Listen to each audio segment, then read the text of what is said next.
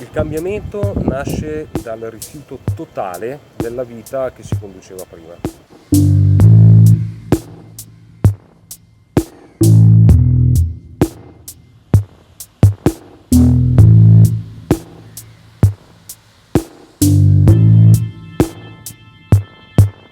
Tutti mi hanno detto: ma cavolo Stefano, ma hai avuto un bel coraggio ad andare lì. E io ho sempre risposto loro che secondo me ci sarebbe voluto molto più coraggio a restare dove ero.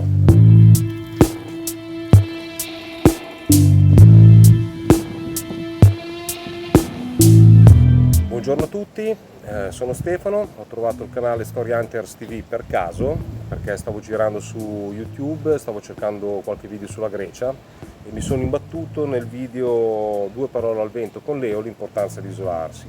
Un video bellissimo, molto interessante, che fra l'altro consiglio a tutti. Sono nato e cresciuto nella provincia di Milano, ho lavorato lì praticamente sempre, un lavoro normalissimo che però mi appassionava e che con l'andare degli anni, del tempo, vedevo che mi appassionava sempre di meno, oltre insomma a non essere proprio più conveniente come una volta. Poi è successo che è morta mia madre 3 anni fa, io non sono sposato, non ho famiglia, non ho figli, mai avuto mogli, insomma sono da solo, aggiungiamo il fatto che secondo me Milano, la provincia, è uno dei posti peggiori dove poter vivere in Italia, per un mio modestissimo e personale parere. Cominciamo dal clima che è veramente brutto, soprattutto autunno-inverno, gente anche e soprattutto mal disposta, rognosa, malmostosa, polemica, si lamentano di tutto, modelli di vita anche che proprio non mi appartengono assolutamente, degrado delle periferie, anche Gentaglia, sale slot, insomma non mi ci ritrovavo più. A un certo punto mi sono detto: ma io qui che ci sto a fare? Avendo la fortuna poi con i miei fratelli di avere una casa al mare in Abruzzo, una casa che viene sfruttata per le ferie da agosto, settembre, ho deciso di smontare baracche e burattini e di trasferirmi laggiù. Non sapevo a cosa andavo incontro, naturalmente quando uno si muove deve avere un po' le spalle coperte, insomma ho messo a reddito la mia casa a Milano e sono andato giù, ho detto, cominciamo a cambiare contesto, a vedere come si sta in mezzo alla bellezza e non allo squallore, perché comunque lì vedo il mare, ci sono le colline, sono un po' isolato, ma la cosa non mi mette assolutamente a disagio, anzi. Mi ricordo che quando ho traslocato sono arrivato all'altezza, in macchina, all'altezza della Romagna, quindi Rimini, Riccione Cattolica, Gradara, comincio a vedere le colline, il mare, ho avuto un senso di libertà, di sollievo dal fardello del brutto. Mi ero liberato dal brutto e stavo andando verso quello che io ritenevo essere il bello, ed è stato così, perché non c'è stato giorno da quel momento in cui io mi sia minimamente pentito di quello che ho fatto, o anche aver avuto magari il minimo ripensamento o nostalgia di Milano, di tutto quello che era stato. No, mai, assolutamente, anzi sono tuttora felicissimo di aver fatto quello che ho fatto.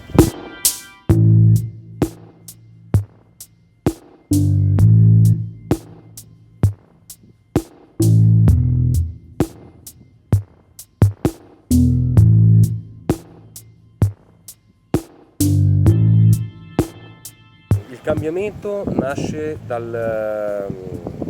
secondo me, dal rifiuto totale, neanche parziale, totale della vita che si conduceva prima. Perché non devono esserci proprio, non esistere più neanche il minimo compromesso. Sapete, molto spesso i compromessi sono un po' un'arma a doppio taglio, ti tengono comunque legato nella realtà in cui vivi, perché per esempio chi ha famiglia e figli magari non si può muovere perché ha delle responsabilità, chi ha un lavoro anche molto redditizio magari non ha convenienza anche se vorrebbe spostarsi. Io invece non avevo tutto questo e per me è stato molto facile, molto facile. Ora mi trovo a Malindi, nella contea costiera di Kilifi, in Kenya. Venni qui per caso diversi anni fa a trovare un mio amico che si era trasferito qui per lavorare e gestiva un piccolo resort. Mi ricordo che l'impatto appena atterrato a Mombasa fu devastante e lo è ancora per molti che vengono qui la prima volta, perché è talmente forte ciò che si vede, talmente diverso, talmente un'altra dimensione, non è neanche come dire, vado in un paese straniero, no, non è solo quello. Questo accade, che ne so, paesi europei, in Grecia, uno va in Grecia, in Francia, in Spagna, in Portogallo, insomma, parliamo sempre di paesi occidentali, qua no. Vedi palazzi fatiscenti, strade dissestate, traffico, caos, cumuli di monnezza che bruciano, insomma siamo in Africa nera e so anche di gente che appena atterrata a Mombasa si è innamorata, molti altri che non vedevano l'ora di prendere l'aereo e di tornare a casa.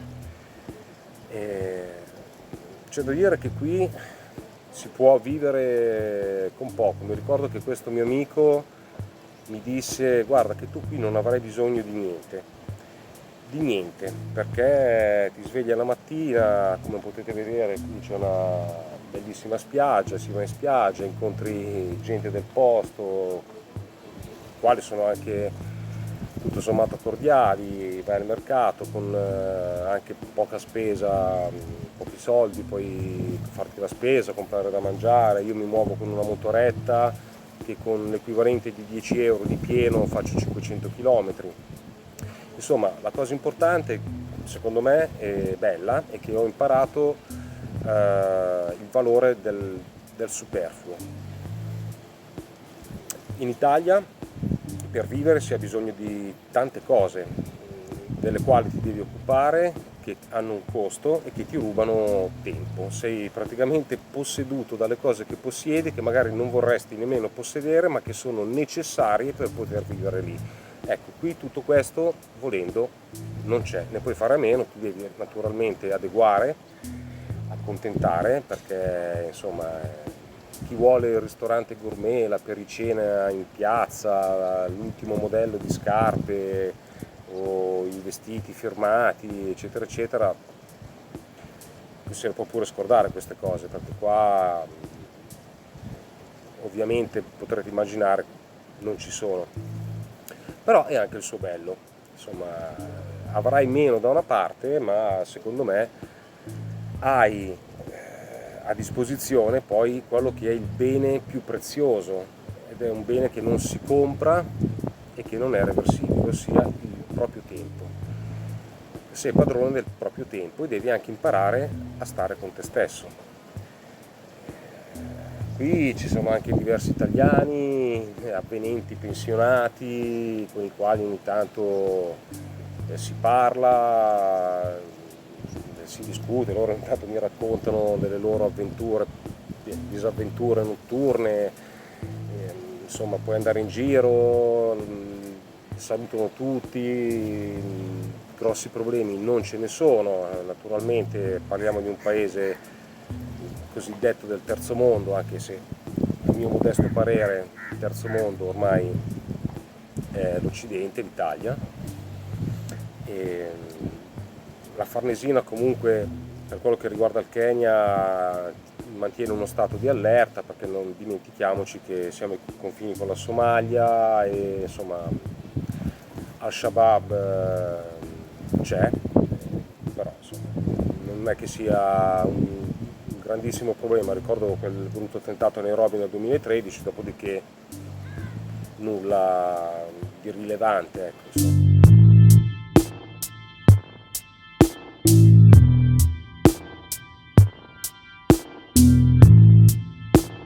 Qui il clima è stupendo,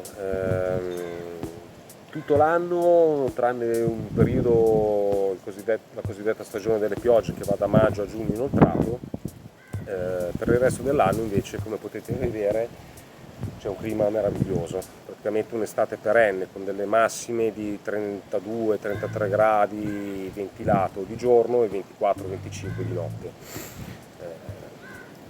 Vai in giro sempre in pantaloncini, maglietta, ciabatte, se vuoi di sera puoi andare in giro anche con pantaloni lunghi, scarpe, ma non hai mai bisogno di una felpa e si fa una vita semplice. Ecco, bisogna essere disposti ad accettare questo, perché in Italia si è abituati diversamente, anche con un diverso potere d'acquisto magari, poiché qui non essendo Rockefeller e molti come me che sono per esempio qui o in giro per il mondo hanno budget limitati e per cui devono anche adattarsi a questa nuova realtà. Chi invece è abituato a esigenze diverse, per cui ha bisogno di un potere di acquisto molto più alto, ecco, questo non è il posto adatto e forse non è neanche lo stile di vita adatto.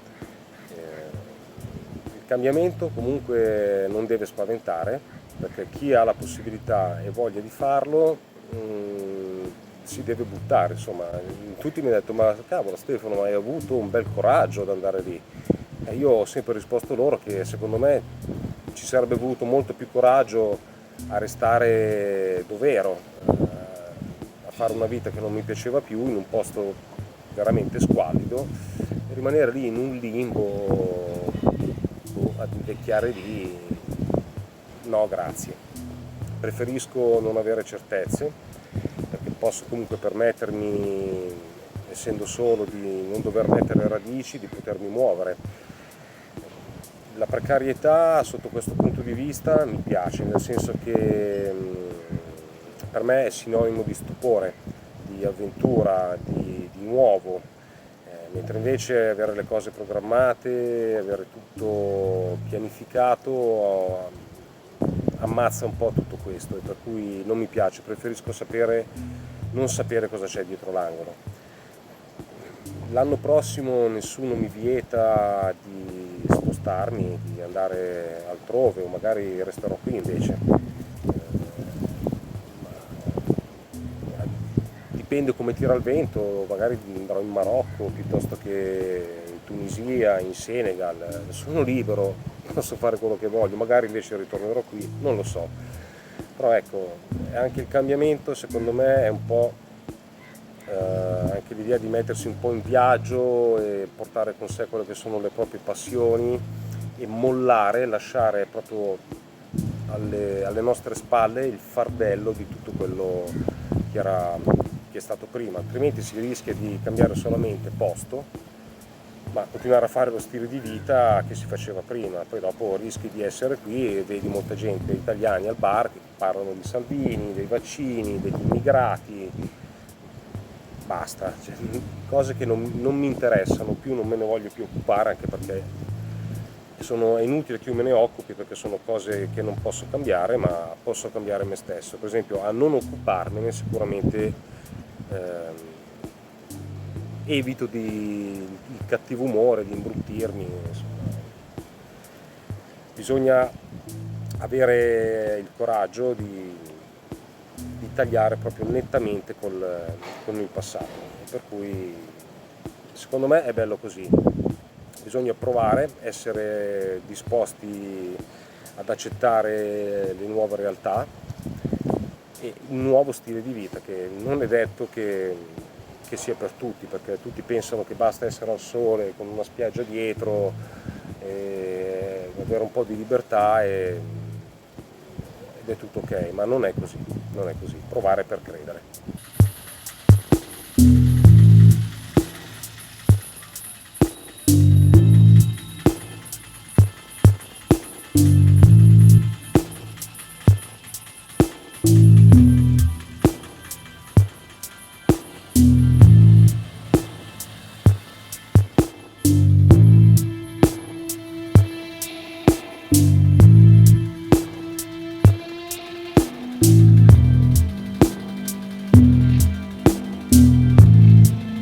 Un saluto a tutti amici di Story Hunters TV e a presto qui da Malindi. Ciao Stefano, arrivederci.